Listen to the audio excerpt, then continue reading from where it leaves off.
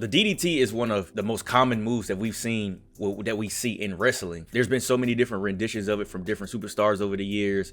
You know, from your Jake the Snakes to The Rock to where he slaps you on the back to Randy Orton where he takes you through the ropes to Edge to John Moxley. I mean, there's so many different renditions of it. And when I was younger, kids don't try this, but when I was younger, it was one of the moves that I would use on the trampoline when I was with my friends. That and the Swanton Bomb, knowing dang well I should not have been doing that. Just completely ignoring the disclaimer to don't try this at home. We did it anyway. What's good, YouTube family? Welcome back to the channel. This is a new channel for me. We'll be covering all things wrestling, from reactions, education like this video today, and 2K gameplay. I know I keep saying that, but I'm gonna get to it eventually at some point.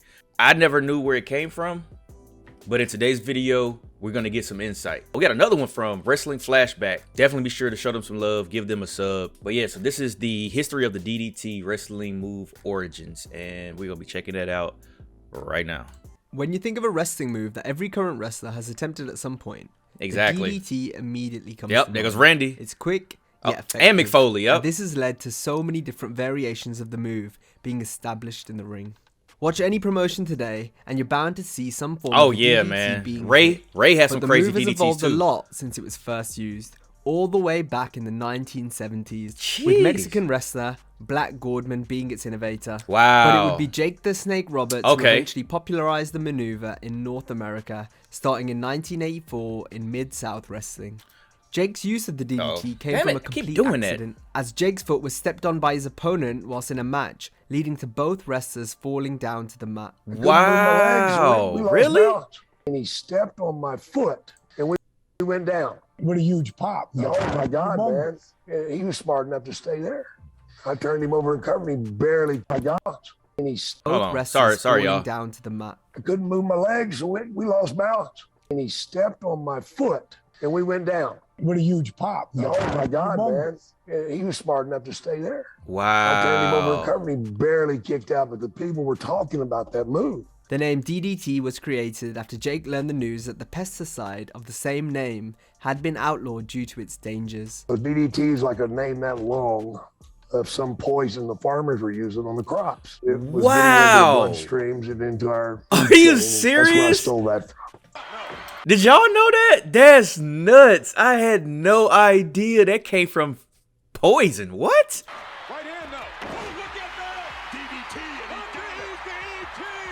Even from its first use, the quick release and snap made the move look so devastating, as the opponent would be driven headfirst into the mat. Wow. Jake the Snake would establish the DDT as one of Undertaker. the great finishing moves of the 80s and early 90s. He would pride himself on how effective the maneuver was in keeping opponents down. Look out. Owen, rest in peace. And it was this effectiveness that led to other wrestlers adopting the DDT into their moveset. These included Arn Anderson, who made sure to emphasize the fast snap element of the move whenever he hit it. I tried to explode into my version of it. I wasn't stealing. I was actually paying homage to something that I saw that looked like a kill shot. See, that one, like the way Arn like leaned into it, it seems like it made it easier to sell too. Like he leaned into it. Make the move his own by double hooking the opponent's arms. That's paradigm shift. What would be the double arm DDT, a variant of the move that today is still a signature maneuver, with the likes of Drew McIntyre's Future Shock and John Moxley's Paradigm Shift. Yep. Oh, I remember that with Kenny Omega, bro. In the mid to late 90s, the DDT would be a move used by a number of wrestlers in ECW, with the likes of Tommy Dreamer and Raven using it as their finisher. As time went on, more variations were created, such as the reverse DDT, tornado DDT, and cradle DDT, also being regularly hit throughout wrestling. The most famous of these was a version of the reverse DDT executed by Sting, called the Scorpion Death Drop. Sting introduced the move in 1996 and used it to win a number of titles, including the WCW World title against DDP on Nitro, which received a huge pop.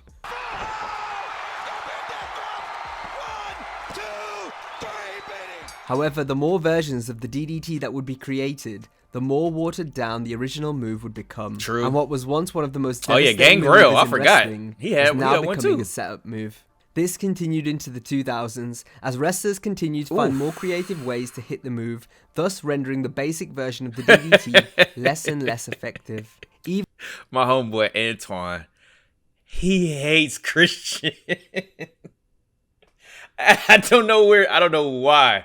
I know this is a sidebar, but I have no idea why he has such animosity for Christian. But the running joke is Christian only has like 2 moves.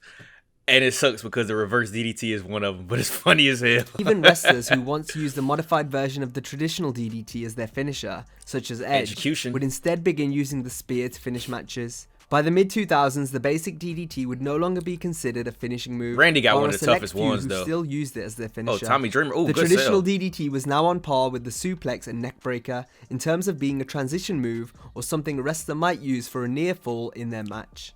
Nevertheless, some superstars have still managed to make it look devastating. RVD. Of the move. Yes, in for particular, real. The likes of RVD and Neville. Top rope. Oh.